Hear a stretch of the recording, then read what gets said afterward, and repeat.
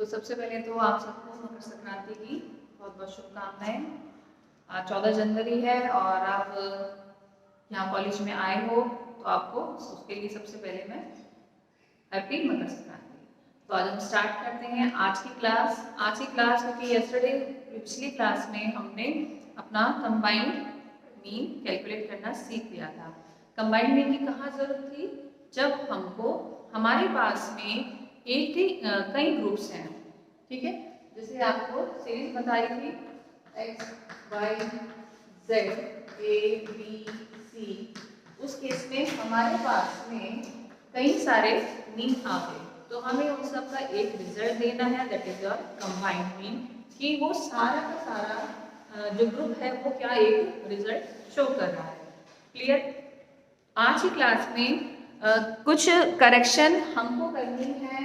कई बार जब हम मीन निकालते हैं तो कुछ मिस्टेक्स हो जाती हैं, जैसे हमारी मैथ्स में होती हैं, ठीक है। मैथ्स में होती है ना कि हम 75 की जगह 57 लिख देंगे, 25 की जगह 52 लिख देते हैं। There are lots of errors, ठीक है। कई एरर लिखने में हो जाती हैं तो हम उसको कैसे ठीक करेंगे वो हम आज की क्लास में सीखेंगे।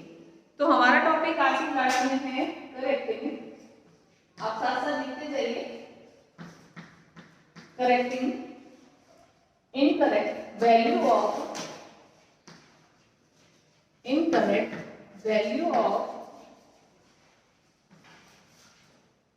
मीन।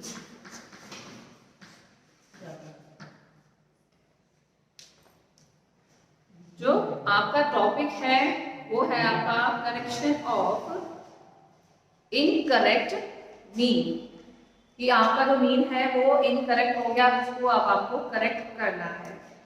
तो जो कारण मैंने आपको बता दिया वो यही था, ड्यू टू मिस्टेक्स। जब हम कॉपी करते हैं या हम लिखते हैं कोई वैल्यू को तो बाय मिस्टेक हमसे गलत लिखी गई है, अब हम उसको रेक्टिफाई करना है, दैट इज द पॉइंट। तो जैसे क्वेश्चन हम इसमें दे रखा है, सपोज मीन, आप पहले आंसर लिखिए। मीन दे रखा है आपको 100 item, mean of 100 item is 80 items of 80, ठीक है। दैट मीन्स क्या हो गया, मीन ऑफ 100 आइटम्स इज 80।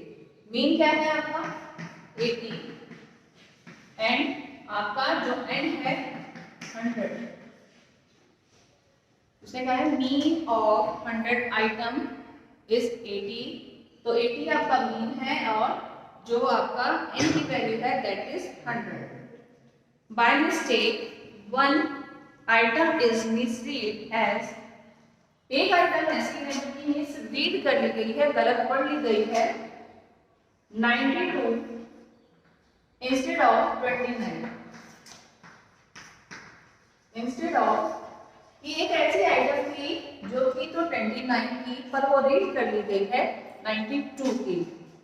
तो अब हमें उसी को ठीक करना है, find out the correct mean, सही मीन हमको फाइंड आउट करना है। तो क्वेश्चन में आपको ये वैल्यू दे रखी है, ठीक है। ये वैल्यू मैंने पहले ही बोर्ड पर मेंशन कर दी है।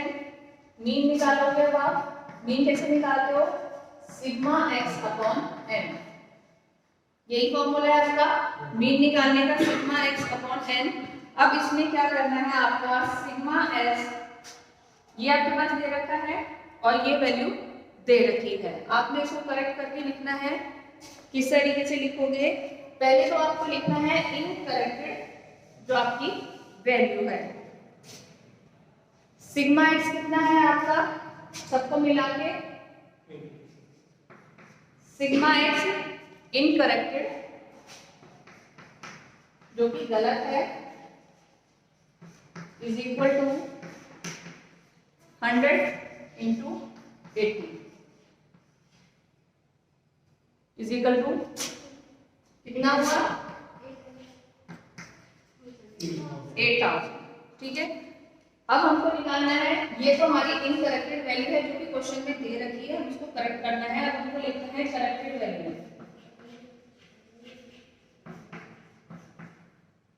करेक्टेड सिग्मा एक्स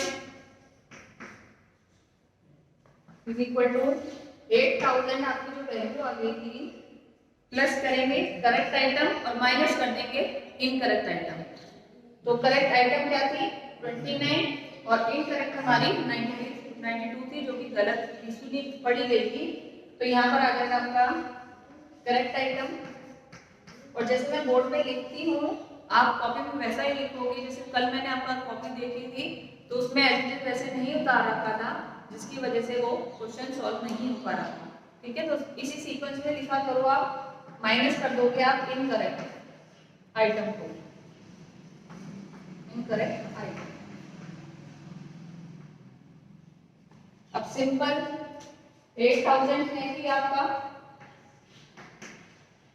8000 में करेक्ट आइटम कितनी है आपकी 29 और माइनस है आपका 92 जो कि आपकी इनकरेक्ट आइटम है।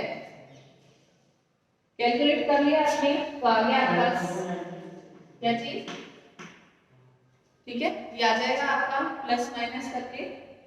अब आपका ये आ गया है करेक्ट मीन। अब आप इसको फॉर्मूले में पुट कर दोगे, जो आपका फॉर्मूला है, ठीक है, सिग्मा एक्स एन आपका दे ही रखा है, सिग्मा एक्स निकाली है 7937 एंड 100 आपका एन की वैल्यू थी। ठीक है, तो आपका आंसर आ जाएगा 79.37।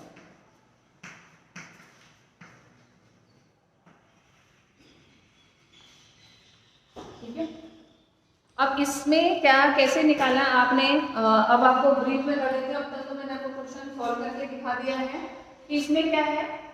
ऐसे कई बार ऐसे आपके साथ भी होगा जब आप रिसर्च करते हो या आप क्वेश्चन सॉल्व भी करते हो, और हो सकता है कि अभी तो ये जो छोटे छोटे पॉइंट्स हैं स्टेप बाय स्टेप आपके आ रहे हैं, जैसे कंबाइंड अरिथमेटिक मीन या आपका जो करेक्शन है इनकरेक्ट वैल्यू की, हो सकता है इसका एक ही क्वेश्चन बना के दे दिया जाए।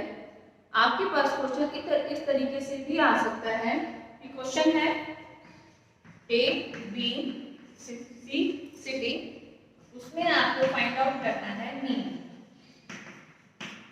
ठीक है, क्वेश्चन ऐसा भी बन सकता है कि आपको फाइंड आउट करना है मीन। अब आपको जैसे जो लास्ट क्लास में इसमें मैंने आपको बताया था कि अगर आपके पास में मोर देन 2 सीरीज हैं आपके पास में, ठीक है, ग्रुप्स हैं, तो वहां पर आप कंबाइंड मीन निकालोगे। कैलकुलेट आपको वही करना है बिकॉज देयर आर 3 फैक्टर्स, 3 हैं आपके पास में, तो यहाँ पर आप कंबाइंड निकालोगे और उसमें से भी कोई ऐसी वैल्यू दे दी जाए जो ये क्वेश्चन के साथ इसको जोड़ दे कि ऐसा हुआ कि एक वैल्यू इसके स्थान पर ये पढ़ ली गई, तो वहां पर आप ये वाला मेथड अप्लाई करोगे।